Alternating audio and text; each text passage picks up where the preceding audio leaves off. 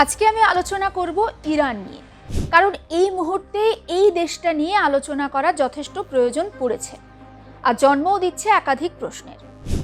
প্রশ্নটা হচ্ছে, লড়াই কেন একা খামেনির? কি হবে খামেনির? সত্যি কি তাহলে ক্ষমতা হারাবে ইরান? কেন বিক্ষোভ হচ্ছে সেখানে? 2022 সাল, 2025 সাল এবং 2026 সাল, এই তিনটে সালের মধ্যে পার্থক্য কোথায়? এত মিসাইল থাকা সত্ত্বেও ইরানের দুর্বলতা কোথায়? কেন পুরো বিশ্ব তাকিয়ে রয়েছে তেহরানের দিকে? আসল উত্তর খুঁজি। সুফি সাধকদের দেশ ইরান।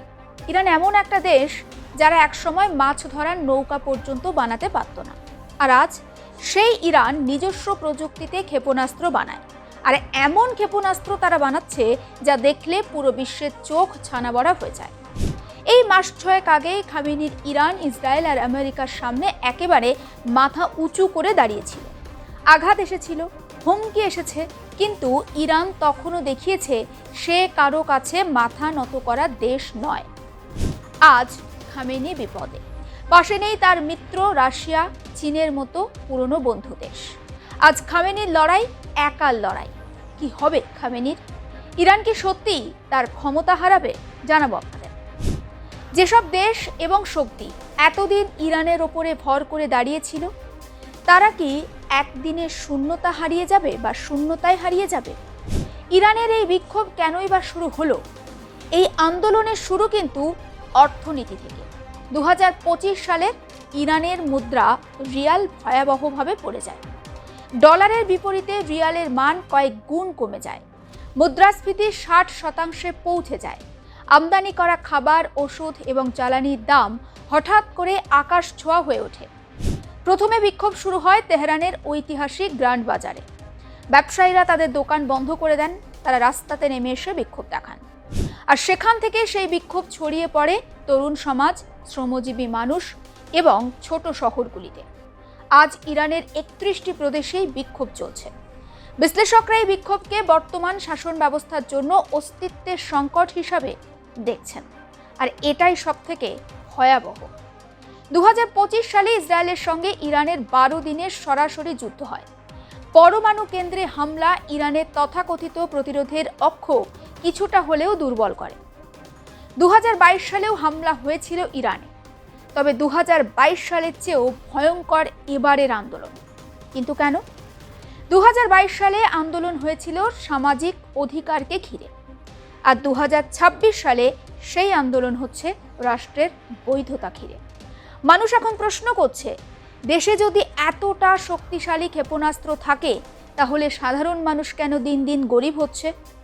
এই প্রশ্ন সরাসরি খামেনির শাসন ব্যবস্থাকে আঘাত করছে। এবার প্রশ্নটা তুলি, খামেনি কে? তার শক্তি কোথায়? খামেনি শুধু একজন ধর্মীয় নেতা নন। খামেনি ইরান রাষ্ট্রের কেন্দ্রবিন্দু বলা যেতে পারে। সেনাবাহিনী, বিপ্লবী গার্ড, গোয়েন্দা, বিচার বিভাগ, এমনকি ইরানের রাষ্ট্রীয় টেলিভিশন, সব কিছু তার অধীনে। ইরানের প্রেসিডেন্টও তার অনুমতি ছাড়া কোনো সিদ্ধান্ত নিতে পারেন না। গত 35 বছরেরও বেশি সময় ধরে তিনি এমন একটা ব্যবস্থা গড়ে তুলেছেন যেখানে ধর্মীয় বৈধতা আর সামরিক শক্তি একে অপরকে রক্ষা করে চলে। এ কারণে ইরানে বাঘে গরুতে এক ঘাটে জল খায়। সবাই খামেনি সিস্টেমের ভিতরেই টিকে থাকে, কিন্তু সেই সিস্টেম এখন নড়বড়ে। কিভাবে নিজস্ব প্রযুক্তিতে এতটা শক্তিশালী হয়েছে ইরান, সেটা জানায়। ইরানের এই সিস্টেমের ভিত্তি হলো তাদের নিজস্ব অস্ত্র শিল্প। তারা নিজেই বানায় ব্যালিস্টিক মিসাইল, তারা বানায় ক্রুজ মিসাইল, ড্রোন, রাডার সমৃদ্ধ যুদ্ধজাহাজ। তাদের বহু ক্ষেপণাস্ত্রের পাল্লা 2000 কিলোমিটারেরও বেশি। পারস্য উপসাগর আর হরমুজ প্রণালীতে ইরানের সামরিক উপস্থিতি এমন যে তারা চাইলে বিশ্বের তেল সরবরাহের একটা বড় অংশ এক ঝটকায় থামিয়ে দিতে পারে। মুসলিম বিশ্বে এমন সামরিক স্বনির্ভরতা ইরান ছাড়া আর কোনো দেশের নেই। এই শক্তির আর একটা স্তম্ভ হলো ইরানের পারমাণবিক কর্মসূচি। ইরান এখন এমন মাত্রায় ইউরেনিয়াম সমৃদ্ধ করছে যা অনেক বিশ্লেষক বলছেন পারমাণবিক অস্ত্র তৈরির একেবারে দোরগোড়ায় দাঁড়িয়ে ইরান। পশ্চিমা গোয়েন্দা সংস্থাগুলো বলছে রাজনৈতিক সিদ্ধান্ত নিলে ইরান অল্প সময়ের মধ্যেই বোমা উপাদান বা পারমাণবিক বোমার উপাদান বানাতে পারবে। এই সম্ভাবনাকে শুধু একটি আঞ্চলিক শক্তি নয়, একটা বৈশ্বিক খেলোয়াড়ে পরিণত করেছে ইরানকে।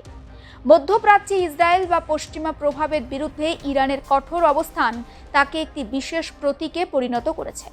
ফলে অনেকেই মনে করেন ইরানের পতন হলে একটা ভারসাম্যের বদল ঘটবে মধ্যপ্রাচ্যে। তাহলে এই শক্তিশালী দেশ এতটা নড়বড়ে কেন, এত অস্ত্র থাকা সত্ত্বেও? কারণ ভিতরের তরুণ প্রজন্ম আর এই আদর্শিক শাসন মেনে নিচ্ছে না। তারা দেখছে দেশ সামরিকভাবে শক্তিশালী, কিন্তু ইরানবাসীর জীবন দিন দিন কঠিন হচ্ছে, আর ইরান বিশ্ব থেকে বিচ্ছিন্ন হয়ে পড়ছে। কারণ ভিতরে ভিতরে তরুণ প্রজন্ম তাদের সেই আদর্শের শাসন আর মেনে নিচ্ছে না। তারা দেখছে যে তাদের দেশ সামরিকভাবে শক্তিশালী, কিন্তু সাধারণ মানুষ তারা দিনের পর দিন গরিব হচ্ছেন, তাদের দুবেলা দুমুঠো খাবার জোগাড় কঠিন হয়ে পড়ছে, আর ইরান বিশ্ব থেকে বিচ্ছিন্ন হচ্ছে। একই সঙ্গে বাইরের ছবিটা বদলে গেছে। ফলে বড় কোনো পরিবর্তন না হলে ইরান আন্তর্জাতিকভাবে আরও বিচ্ছিন্ন এবং অভ্যন্তরীণভাবে আরও দুর্বল হয়ে পড়তে পারে, তেমনটা মনে করছেন অনেকে। রাশিয়া ইউক্রেন নিয়ে ব্যস্ত রয়েছে, অন্যদিকে চীন তারা দূরত্ব বজায় রাখতে চাইছে। মধ্যপ্রাচ্যে ইরানের কৌশলগতভাবে প্রভাব আগের মতো আর নেই বলা যেতে পারে। ফলে খামেনির এই শক্তিশালী বলয় আজ অনেকটা দুর্বল। খামেনির পতন হলে ঠিক কি হবে? খামেনির পতন মানে শুধু একজন নেতার পতন এমনটা বলা যেতে পারে না। এটা হবে একটি ধর্ম এবং সামরিকভাবে একটি রাষ্ট্র ব্যবস্থার পতন। কিন্তু এর মানে গণতন্ত্র আসবে এমনটা বলা যায় না। ইরানের সবচেয়ে সংগঠিত শক্তি হচ্ছে নিরাপত্তা এবং সামরিক কাঠামো। খামেনি গেলে ক্ষমতা হয়তো আরও কোনো কঠিন হাতে চলে যাওয়ার একটা ঝুঁকি থেকে যাচ্ছে। ফলে সব মিলিয়ে ইরান বলা যেতে পারে একটা ঝুঁকির সামনে দাঁড়িয়ে। কিন্তু কেন পুরো বিশ্ব তাকিয়ে রয়েছে তেহরানের দিকে?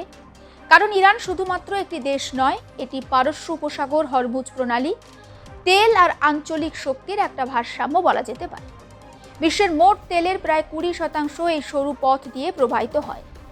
ইরানের পতনের ফলে যদি এই অঞ্চলে যুদ্ধ বা গৃহযুদ্ধ শুরু হয়, তাহলে হরমুজ প্রণালী বন্ধ হয়ে যেতে পারে যে কোনো সময়। ফলে তেলের দাম বাড়বে, জ্বালানি বাজার কাঁপবে বলা যেতে পারে। মধ্যপ্রাচ্যের মানচিত্র বদলে যাবে। খামেনির ইরান আজ একদিকে ভিতরের ক্ষোভ আর অন্যদিকে বাইরের চাপে জর্জরিত। এই দ্বিমুখী যে চাপ তৈরি হয়েছে, এই দ্বিমুখী চাপ কিন্তু কোনো শাসনের জন্য যথেষ্ট নয়। কিন্তু যদি এই সিস্টেম ভেঙে পড়ে, তাহলে শুধু ইরান নয়, পুরো মধ্যপ্রাচ্যে ক্ষমতার ভারসাম্য বদলে যেতে বাধ্য। আরও কি পরিবর্তন আসতে পারে? কারণ ইরানে 9 কোটি মানুষ তারা বসবাস করেন, এবং দেশ যদি হাতছাড়া হয়, তাহলে লাখ লাখ মানুষ তারা তুরস্ক, পাকিস্তান, ইরাক এবং ইউরোপের মতো বিভিন্ন দেশের সীমান্তে ভিড় জমাবে। ফলে শরণার্থী সংকট দেখা দিতে পারে। ইরানের পতন হলে মধ্যপ্রাচ্যের ইসরায়েল এবং সৌদি আরবের আধিপত্য আরও বৃদ্ধি পাবে। তুরস্কের মতো দেশ চাইবে নিজেদের প্রভাব বাড়াতে, আর ইরানের পতন হলে চীন এবং রাশিয়া তাদের প্রভাবও অনেকটাই কমবে। শক্তি বাড়বে আমেরিকার। অর্থাৎ আবারও বলছি, বদলে যেতে পারে মধ্যপ্রাচ্যের মানচিত্র। ঠিক কোন পথে যাচ্ছে ইরান, অবশ্যই প্রত্যেকটা মুহূর্তের আপডেট দেব, নজর রাখবেন কিন্তু আর প্লাস নিউজ ডিজিটাল।